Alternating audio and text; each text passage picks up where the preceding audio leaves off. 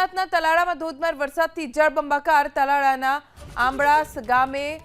ફરી વળ્યા પાણી ગામના રસ્તાઓ પાણીમાં ગરકાવ થઈ ગયા આંબળાસ ગામના ખેતરો પણ પાણીથી તરબોળ થઈ ગયા છે ખેડૂતોની ચિંતા હવે વધી ગઈ છે કેમ કે આવી જ રીતે જો સતત વરસાદ વરસતો રહેશે તો ખેતરમાંથી પાણી ઓસરશે નહીં જો ખેતરમાં પાણી ભરાયેલા રહેશે તો ખેડૂતોનો પાક નષ્ટ થઈ શકે છે